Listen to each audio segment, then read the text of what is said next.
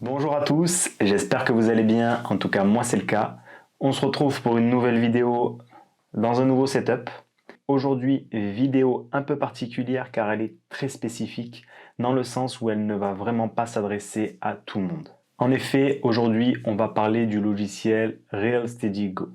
Si tu ne sais pas à quoi sert ce logiciel, il est utilisé majoritairement dans le milieu du FPV afin de stabiliser nos plans. Alors déjà, pourquoi stabiliser nos plans ? Tout simplement car il est très difficile d'obtenir un plan bien stabilisé et très smooth quand on pilote. Ça demande beaucoup de concentration et de justesse dans le pilotage et encore, il y a vraiment très peu de pilotes qui arrivent à sortir une image exploitable directement en sortie de GoPro.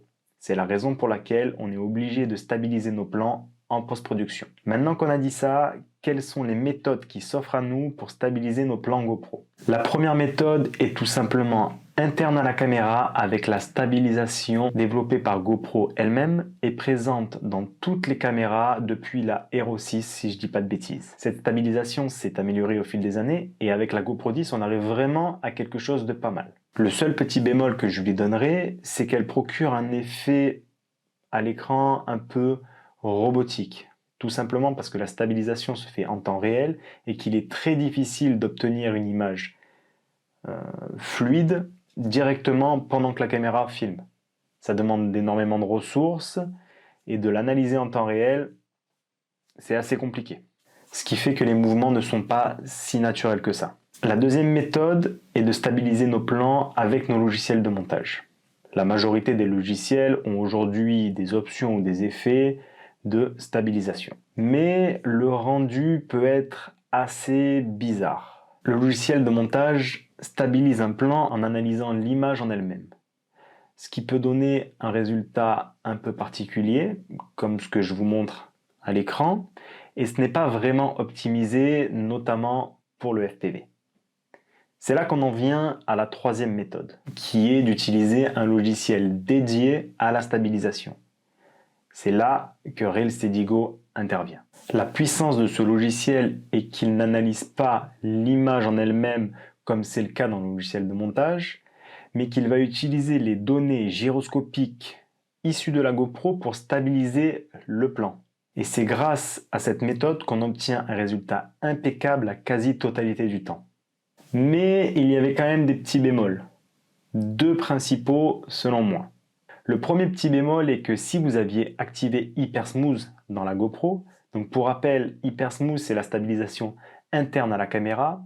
Alors dans ce cas-là, on ne pouvait pas mettre une stabilisation supplémentaire sur un plan avec RealSteady-Go. Le deuxième bémol, et non pas des moindres, est que ça prenait un temps fou pour stabiliser un plan. Sauf que, il y a 1 ou 2 ans, GoPro a racheté l'éditeur de ce logiciel et a développé la version 2. Et devinez quoi? Cette version 2 est aujourd'hui disponible. Enfin, tout du moins pour les personnes qui avaient déjà une licence de la première version. Je ne sais pas si GoPro a ouvert l'achat et l'activation de licences pour les nouveaux utilisateurs. Mais alors, est-ce que GoPro a vraiment amélioré ce logiciel? Est-ce qu'on va voir une vraie différence? C'est ce qu'on va tenter de voir dans la suite de cette vidéo. Donc pour ce faire, on va commencer par regarder ce que proposait la première version et combien de temps je mettais pour stabiliser un plan. On viendra ensuite stabiliser ce même plan avec la V2, voir la différence qu'il y a. Allez, c'est parti! On va commencer par ouvrir la première version de RealSteady-Go, voir un petit peu les performances que le logiciel proposait. Pour ce faire, j'ai choisi un plan au drone FPV tourné à la GoPro 10 sans stabilisation interne activée. Plan que j'ai réalisé à la montagne et qui est somme toute assez pas mal, mais où on voit que ça bouge quand même un peu et qu'il n'y a pas de stable interne activé. Alors on va commencer par ouvrir la première version du logiciel. On va lui spécifier le chemin d'accès de notre vidéo. Ici GoPro 10 sans stabilisation.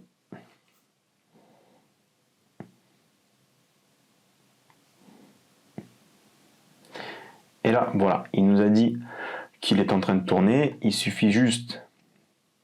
Donc on n'a pas de visuel sur le clip. On ne peut pas voir en temps réel la stabilisation qui est proposée. On a juste à enregistrer le fichier et on verra après ce qui sort. Donc on va démarrer la procédure de stabilisation. C'est parti. Bon, on en est à peu près à la moitié et ça fait déjà quasiment 16 minutes que ça tourne.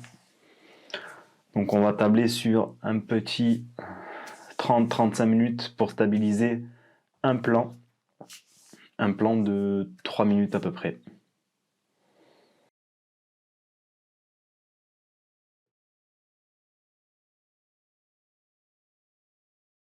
Fini, on est sur un temps de 30 minutes et 45 secondes pour exporter le fichier.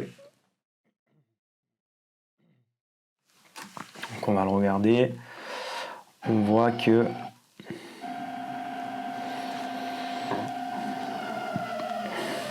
ça ne bouge plus, stabilisé au top.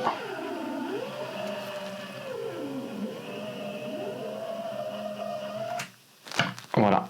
Maintenant, on va faire la comparaison avec la nouvelle version de RealSteady. Donc maintenant, cette nouvelle version est intégrée directement au player fourni par GoPro. Donc il suffit simplement d'ouvrir le player par défaut GoPro et on a directement la vidéo qui s'ouvre. Là, on a le petit bouton qui apparaît ici pour RealSteady. On peut déjà premièrement avoir un aperçu en temps réel de la stabilisation sans exporter, chose qui n'était pas possible avec la première version du logiciel. Donc là, on voit que c'est stabilisé. On peut, si on veut, décocher la stabilisation, donc avoir le fichier initial et recliquer pour avoir la stabilisation. Donc je ne vais pas rentrer dans les paramètres, on va juste faire un test d'export. Donc là, on va exporter. On va garder le même fichier, donc le même codec. Je ne connais pas le codec, mais on va prendre le codec le plus lent proposé, donc le H264. On a aussi le HEVC qui est un peu plus rapide, ou alors le ProRes qui est encore plus rapide. Nous, on va prendre le plus lent, donc le H264, avec le maximum de débit. On clique sur suivant. Donc, on va l'appeler V2. C'est parti, c'est lancé. Et c'est fini.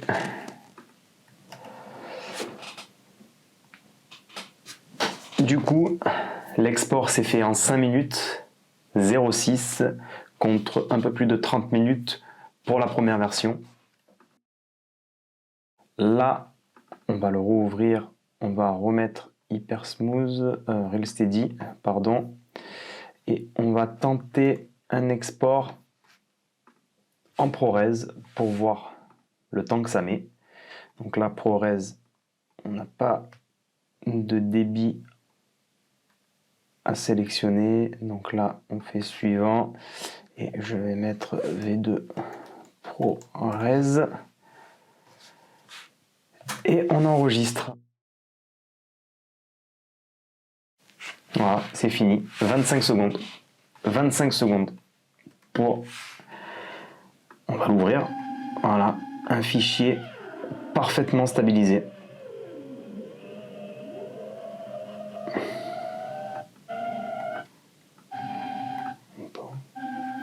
Voilà, 25 secondes.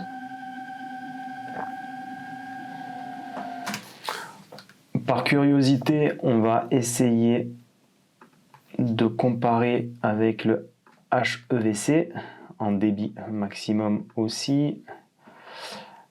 V2 HEVC.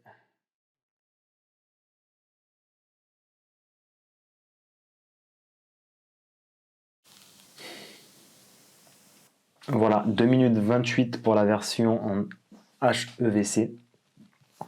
Donc voilà, le test est terminé. On peut voir le travail énorme qu'a réalisé GoPro sur cette version 2. Donc on passe quand même d'un temps sur la version 1 de Real Steady d'une demi-heure, de plus d'une demi-heure pour un export d'un plan de 3 minutes à 6 minutes dans le pire des cas, 25 secondes dans le meilleur des cas. Alors certes, sur la version à 25 secondes, le poids du fichier va se faire ressentir parce que là on passe sur un fichier qui pèse quand même 20 Go contre à peu près 2,5 Go sur le poids du fichier initial. Donc on multiplie quand même presque par 10 le poids du fichier. Par contre, le temps, lui, il est quand même exceptionnel. Après, vous avez la possibilité aussi de l'exporter en H224 et HEVC. Là, par contre, on double le poids du fichier. Donc, on passe à des fichiers de 5 Go contre 2,5 Go sur la version initiale. Là où la V1 produisait des fichiers de 2 Go, donc à peu près similaires au poids du fichier initial. Alors, certes, on perd en place, le poids du fichier est plus lourd. Par contre, le gain de temps, lui, est quand même non négligeable. On divise au minimum par 6 le temps des exports. Quand on doit faire ça sur plusieurs fichiers, le gain de temps n'est vraiment pas négligeable. Moi, personnellement, je préfère perdre de la place sur mes disques durs, mais être plus rapide plutôt que l'inverse. Le fait de pouvoir lire les fichiers en temps réel avec la stabilisation activée est aussi un réel plus. On peut voir un peu comment la stabilisation va se comporter. On a aussi la possibilité d'appliquer certains réglages, donc un pourcentage d'intensité et une correction de la lentille de la GoPro. Donc pour moi, cette version 2, c'est une vraie réussite. Ça va faire quand même un gain de temps considérable et non négligeable. Bref, pour moi, que du positif dans cette version 2. Donc comme je vous l'ai dit dans l'introduction de la vidéo, la version 2 vient de sortir. Vous pouvez télécharger la dernière version du player sur le site de GoPro et ensuite il va falloir se connecter et rentrer son adresse mail et la licence de Real Steady V1 pour pouvoir activer Real Steady V2 dans le player. Voilà, c'en est fini pour cette vidéo. J'espère qu'elle vous aura plu. Moi, je vous dis à la prochaine. Prenez soin de vous.